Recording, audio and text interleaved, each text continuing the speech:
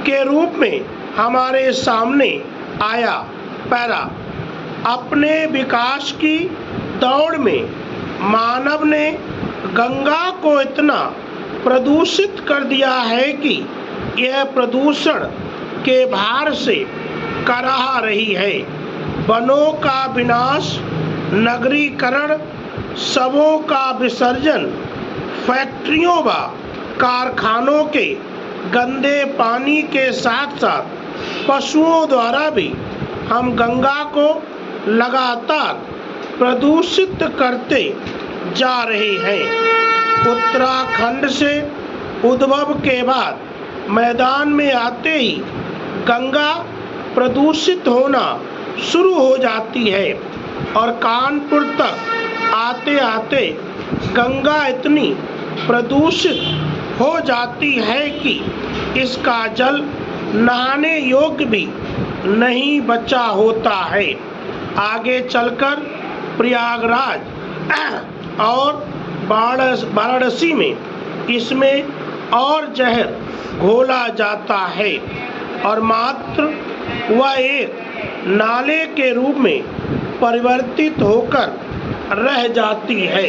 Para ऐसा नहीं है कि गंगा को साफ करने की ओर ध्यान नहीं दिया गया, बल्कि 1985 में गंगा एक्शन प्लान GAP बनाकर गंगा को साफ करने का बीड़ा उठाया गया।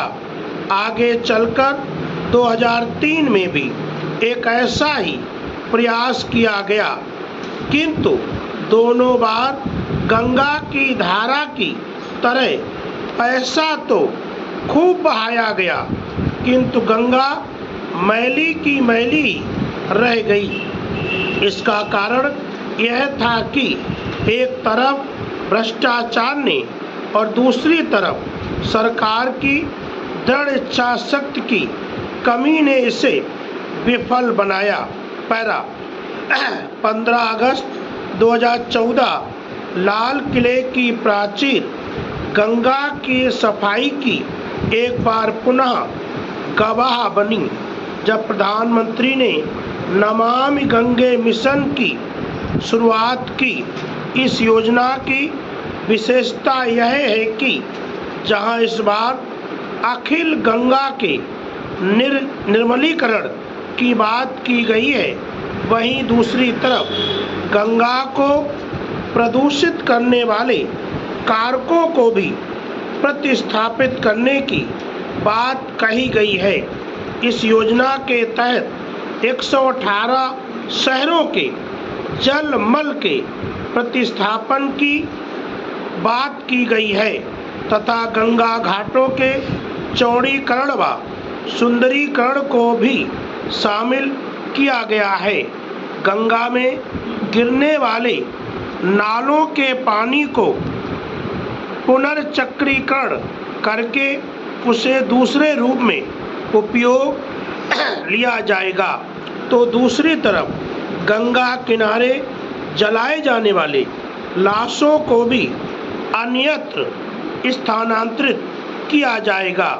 इसके तहत एक तरफ गंगा के तटों को सुदृढ़ बनाया जाएगा, तो दूसरी तरफ इस योजना के क्रियान्वयन के लिए एक अलग मंत्रालय का गठन किया गया है। पैरा गंगा जीवनदायिनी है, यह हमारी माता है। गंगा सिर्फ नदी ही नहीं है, यह यहाँ के लोगों का धर्म है। गंगा के महत्व को इस बात से समझा जा सकता है कि जीवन के 3 महत्वपूर्ण भाग जन्म, विवाह और मृत्यु के समय गंगा के ही जल का उपयोग होता है। गंगा के किनारे सैकड़ों शहर हैं तथा भारत की 1/4 जनसंख्या गंगा बेसिन में ही निवास करती है। गंगा हमारी अर्थव्यवस्था का मेरुदंड है। तथा सामाजिक व्यवस्था का संचालक भी है। अतः हमारा एक नैतिक कर्तव्य बनता है कि हम इस धारा को स्वच्छ रखने में योगदान दें। यदि वैश्विक दृष्टिकोण देखें तो एक अंग्रेज टेम्स नदी को ना तो माँ मानता है और ना जीवनदायिनी और पवित्र, अपितु मात्र नदी मानकर वह उसे स्वच्छ रखता है, जबकि हमने तो गंगा को माता माना है। अतः उसे पवित्र रखना हम सबकी जिम्मेदारी बनती है। पैरा यहाँ ध्यातव्य है कि इस योजना में कुछ बाधाएं भी हैं। भ्रष्टाचार, क्रियान्वयन की समस्या, निगरानी की समस्या, अशिक्षा व धार्मिक उन्माद ऐसे तत्व हैं जिन पर अगर हमने शुरू से ध्यान नहीं दिया तो यह योजना भी पहले की योजनाओं की तरह विफल हो सकती है। महान कवि इकबाल ने एक प्रश्न उठाया था कि कुछ बात है कि हस्ती मिटती नहीं हमारी। इकबाल के इस प्रश्न का जवाब हमारे इसी गंगा जमुनी संस्कृत में मिलता है। गंगा ने हमें एक तरफ ऐसी सभ्यता दी जिसमें हम आज पल्लवित हुए हैं। इसी गंगा ने सूर, तुलसी, कबीर जैसे लोगों को पल्लवित किया।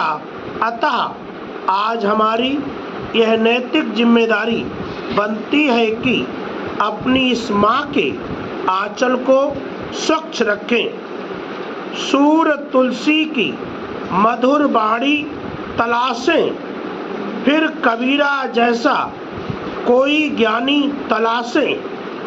मर गया आँखों का पानी जहाँ से, आओ मिलकर शहर का पानी तलाशें। प्यारे बच्चों, इसकी हिंदी बनाना और बहुत अच्छा मैटर है। सरकार भी नमामि गंगे योजना चला रही है और ऐसे मैटर, और इनको ध्यान रखना जो चीज़ें इन्वर्टेड कामा में हो उनको ज़रूर रखें। बाद में शायरी टाइप की है, इसको इन्वर्टेड कामा बंद करें। जय हिंद।